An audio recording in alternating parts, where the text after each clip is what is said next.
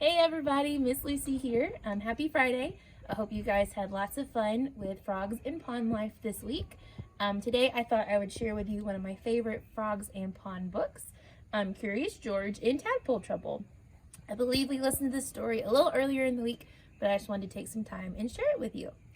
So here's our title page, Curious George in Tadpole Trouble by Mark London Williams. He's our author. Remember, authors write the words to our story. All right. George was exploring a lake with his friend Bill. George was a good explorer and always very curious. He was especially curious about tadpoles. That means he wanted to learn a lot about them. Bill told George he could be in charge of the tadpoles they found. George took tadpole watching very seriously. He watched them swim around in their glass bowl. He fed them boiled lettuce. He even took them for a swim at the lake. At the time, it seemed like a good exercise for tadpoles. See, he's pouring them all out into the lake. Let's see what happens. When the tadpoles did not come back, George started to worry.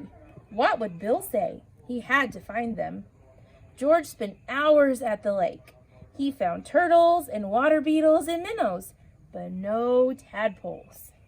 Uh-oh. Every time George would fish at the lake, he would look for the tadpoles. Several weeks went by. Finally, he found something that looked like a tadpole, but it had little legs, and its tail was almost gone. You see it right here? Does that still look like a tadpole? Not to me. A few weeks after that, George took a walk in the city to think about his tadpole problem. He was going back to the lake soon. Bill would be very disappointed if George had lost all of his tadpoles. George walked for a long time. Then he found himself in front of a museum. He saw a butterfly, and that reminded him of being at the pond, so he followed it. The butterfly flew into the museum, and George kept following, past all kinds of exhibits. An exhibit is a room where they show stuff off for you to learn. There was a special display about creatures that live around lakes and ponds. George knew about many of them, like the turtles and minnows and lizards. And look, there are tadpoles.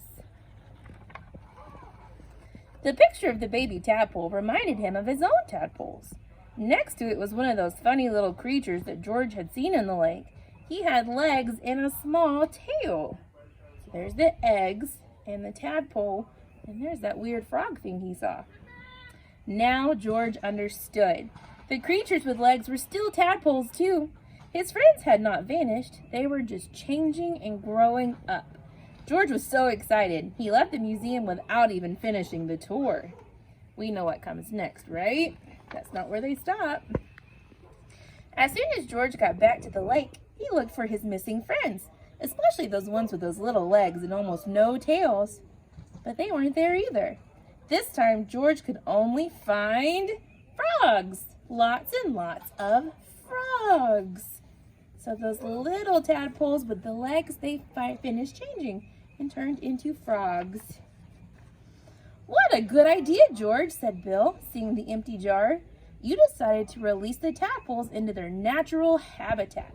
That means where they usually live out in the wild. And then we could see them grow into frogs. You're not only very curious, but very smart too. There's all of George's little tadpoles that turned into frogs. Let's take a picture of you and the frogs together, George. Smile! And there's George. Look, he's hopping like a frog. The end. Well, very cool. I hope you learned something about the life cycle of a frog. I hope you learned lots about it this week. We start off with the eggs, and then tadpoles, and then these little guys, we call them froglets. And it takes a lot of time, but then they turn into the frogs.